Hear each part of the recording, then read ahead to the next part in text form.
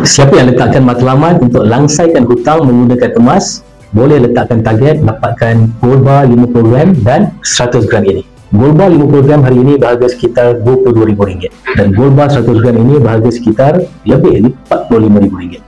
Kenapa simpanan untuk langsaikan hutang lebih berbaloi disimpan dalam bentuk emas? Ini kerana simpanan dalam bentuk emas lebih susah bocor dan memberikan keuntungan dari kenaikan harga emas setinggi 10% setahun. Kelebihan yang kedua, emas ni spread value-nya lebih rendah, iaitu 7.5% untuk gold bar 50 gram tadi dan 7% untuk gold bar 100 gram.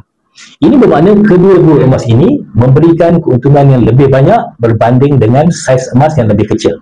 Seperti gold bar 10 gram dengan kadar spread value sekitar 9%. Dengan Public Gold, anda boleh menabung gram emas melalui akaun GAP atau Gold Accumulation Program mengikut bajet anda sehingga anda capai target gram emas yang anda mahu. Cukup gram dalam akaun, anda boleh keluarkan emas tersebut ke dalam bentuk fizikal. Bagi gold bar 50 gram dan 100 gram, kedua-dua emas ini boleh diambil di mana-mana cawangan Public Gold bila anda ada temu janji. Nak mula menabung emas di Public Gold, klik back biru atau link di profil saya. InsyaAllah saya akan bantu anda sebaiknya.